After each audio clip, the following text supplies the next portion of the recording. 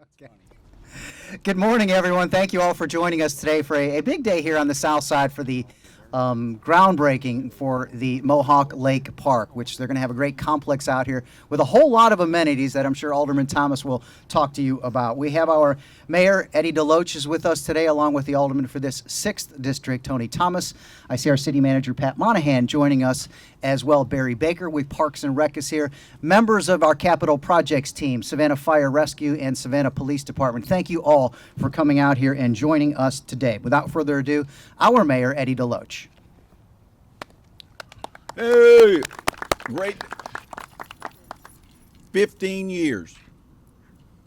The lady told me back there she's been waiting for 15 years for an opportunity to have this lake done up, so I'm excited about the opportunity to do that. And she said, I want to do it before I die. So I told her, we got you covered. We're going to take care of that. So it is a great day in the city of Savannah, and we're glad to be here. And this is going to be an awesome addition to this area. It's going to be a great lake, great setup. The way all the things we're planning on putting in here should be a great opportunity for everybody to come out and enjoy themselves. So without further ado, I'll turn it over to Tony and let them have at it. Thank you, Mayor. Good morning, everyone. Good morning. I don't know who said 15 years, but that's true. It has been 15. There she is. It has been 15 years, and you will see it. And we hope that you don't go anywhere anytime soon. So I want to tell you this is going to be a great addition. A lot of people don't understand, but that fence line is the division between the city and Hunter Army Airfield.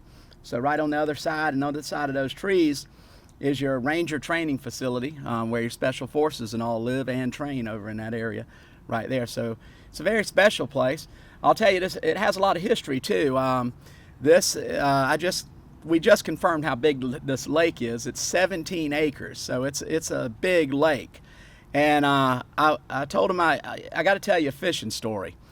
I was out here one day coming through, and I normally, when I ride over in this area, I always ride through to see what's going on, and I saw some fishermen sitting up here.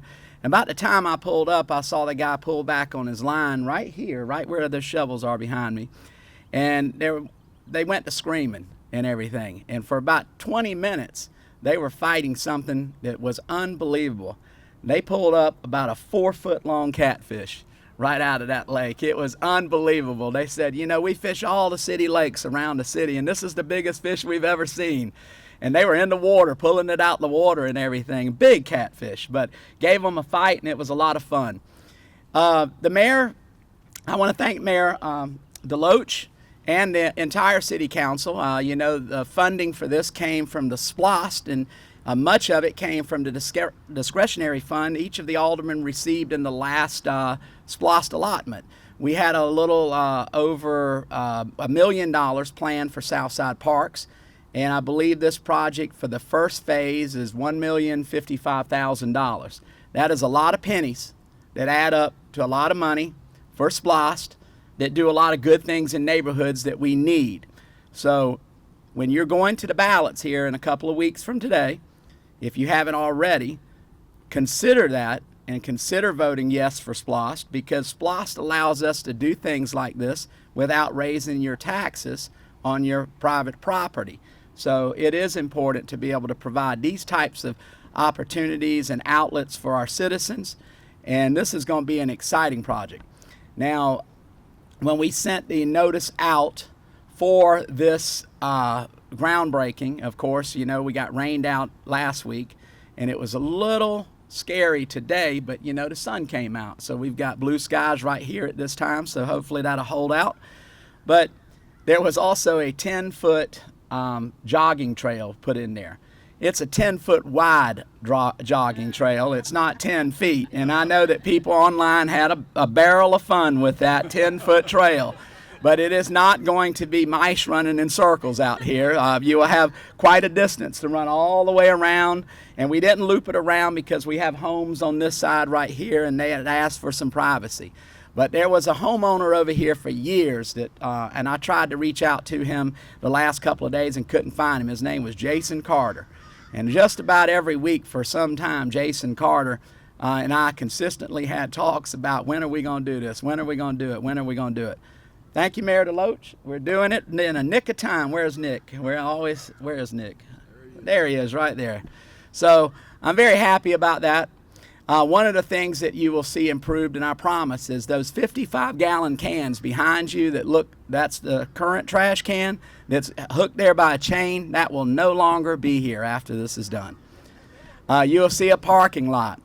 You will see a dog park out here. So you will have a dog park to bring your dogs and release them. Barry, I want to thank you because you've been involved in this for over 15 years when we were first talking about this back in the Michael Brown days when we came out here and walked it. I think the dog park is slated for down in the corner. And did we open it up to the water? We did. No. It's fenced along the water. Yeah. Okay. All right. At one time we were thinking about, we knew people had water dogs and labs about having an open park where the dogs can go into the water and all. But everybody's worried about alligators. So we're going to, if you see an alligator out here, call us immediately because we have gotten them in trouble. And we get beavers. So if you see beavers or alligators, those are treacherous and we need to get them out of here. But we will have the dog park. We will have a playground for the kids. We will have a parking lot. We will have lighting. We will have better signage. We will hopefully take that chain link that's across the front down so it doesn't look like a prison and make it look a lot more inviting and open it up so people can see. The activities that have been occurring over here at noontime and in the evening time, those will cease because our law enforcement will ride through here and be able to see more openly and take care of those people that come over here and do the things that they shouldn't be doing.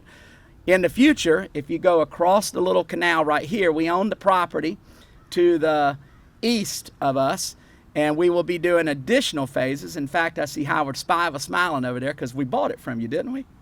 We did. We purchased it at a very reasonable price at all. But, I have to acknowledge my friend Howard Spiva, one of the major property owners out here. And this is kind of the unofficial kickoff for the CNU Legacy Project, the Southside Retrofit. The mayor and I and council were successful in putting, I think, $3 million in the budget for Southside beautification of the Abercorn corridor from Heroes Way north. So we're going to spend $3 million in that roadway to make that look better, to hopefully get some water in it so we can grow some things and make it look a little more inviting than what we see out there now. So I'm excited about that, and that will help hopefully with working with Georgia Southern, working with St. Joseph's Candler. We'll create some synergy to start to see some redevelopment in this area that's positive, that has a little mixed use so people can start having the little shops, the grid system, the roadways over here in which it creates those small businesses in a walkable, sustainable community for people to enjoy. So this is kind of one of the city stakes in that. This is over $1 million investment, and there will be future investments down the road. But the fishing will be good. Bringing your kids out here will be good. If you need to jog or want to jog, you'll have more than 10 feet to do it on. And you will have the second dog park south of Durin Avenue will be over here for you to bring your dogs to. And I know that we did the one in Windsor. It has a big following already of people that use it regularly.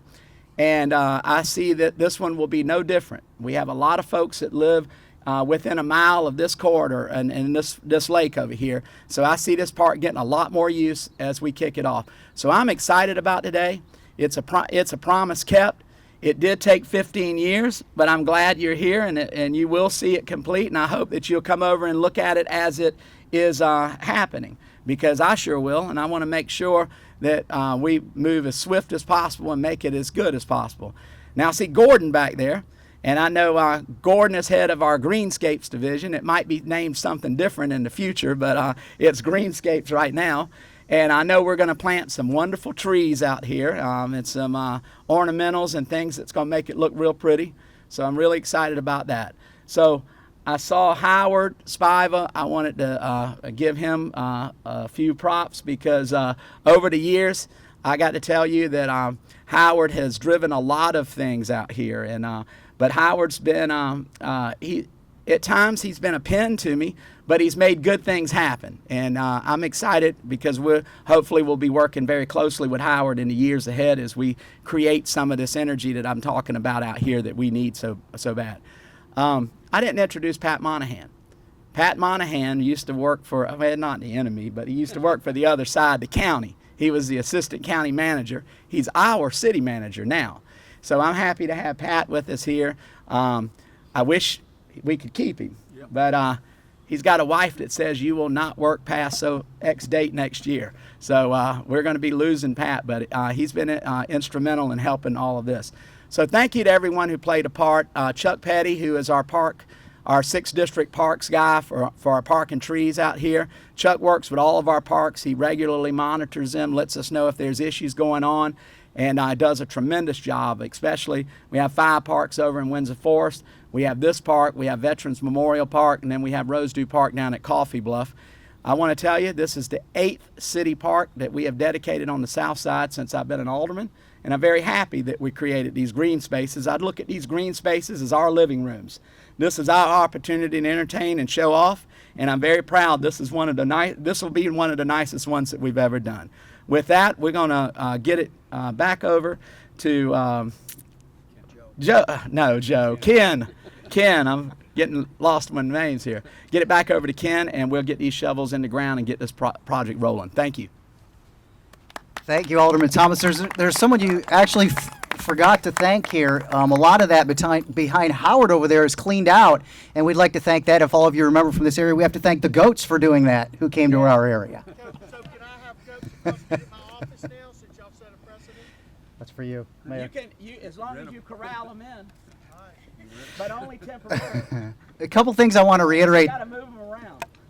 Couple things I want to reiterate that Alderman Thomas said is this is through the special purpose local option sales tax. 81% of your pennies and our visitors' pennies went to help fund this park, over $1 million. So with that, we will turn the shovels. All right, here we go. You guys ready? 1, 2, 3.